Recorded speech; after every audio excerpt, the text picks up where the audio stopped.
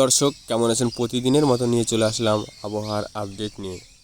তো আজকে আবহাওয়া কীরকম থাকবে দেশের সেটাই জানিয়ে দেবো।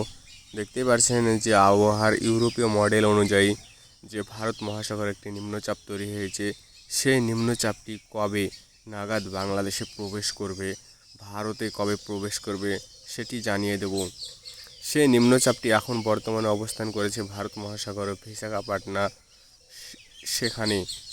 সেখান থেকে আছড়ে পড়ার সম্ভাবনা রয়েছে বঙ্গোপসাগরে।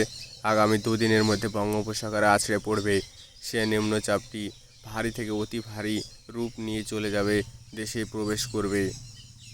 তো দেখতে পাচ্ছেন কোন কোন এলাকায় প্রবেশ করার সম্ভাবনা রয়েছে সেটা কিন্তু আমরা বিস্তারিত জানিয়ে দেব ভিডিওর শেষে।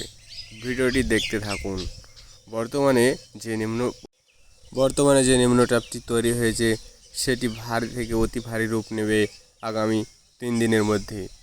তো 3 দিনে কোথায় আছড়ে পড়ার সম্ভাবনা রয়েছে সেটি কিন্তু আমরা জানিয়ে দিচ্ছি।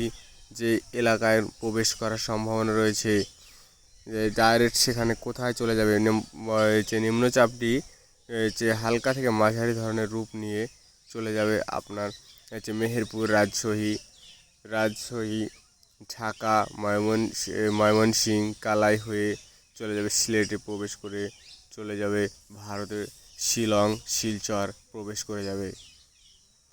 তারপর কিন্তু নিম্নচাপ শুরু হয়ে যাবে। আগামী 3 দিনের মধ্যে দেশে বৃষ্টি হওয়ার সম্ভাবনা যে 80% হয়ে যাবে। তো দেখতে পাচ্ছেন বৃষ্টি হওয়ার সম্ভাবনা রয়েছে। আর এখন বর্তমানে আবহাওয়ার যে পরিস্থিতি, সেই যে প্রচণ্ড গরম, ভ্যাপসা গরম রয়েছে। যে চিটাগং, বরিশাল, খুলনা, এই যে কলকাতা, এদিকে যে মেহেরপুর, রাজশাহী, এই যে খড়গপুর, যে বেনারস, এইসব এলাকাতে প্রচণ্ড রকমের গরম রয়েছে, ভ্যাপসা গরম রয়েছে।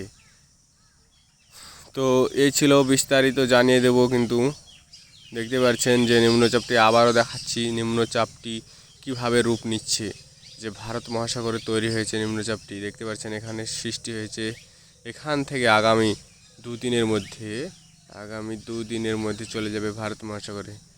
আগামী 3 দিনের মধ্যে বঙ্গোপসাগরে পৌঁছে যাবে।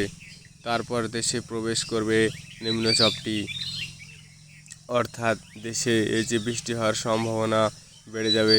আগামী 3 দিনের মধ্যে বৃষ্টি হয়ে যাবে দেশের মধ্যে। এখন কিন্তু বর্তমানে প্রচণ্ড গরম পড়ছে, এই যে প্রচণ্ড রোদ, সেরকম মানুষ হাঁসফাঁস করছে। তো দেখতে পাচ্ছেন আজকে এই ছিল আবহাওয়ার খবর। তো আগামীকাল ফের জানিয়ে দেবো আবহাওয়া কীরকম।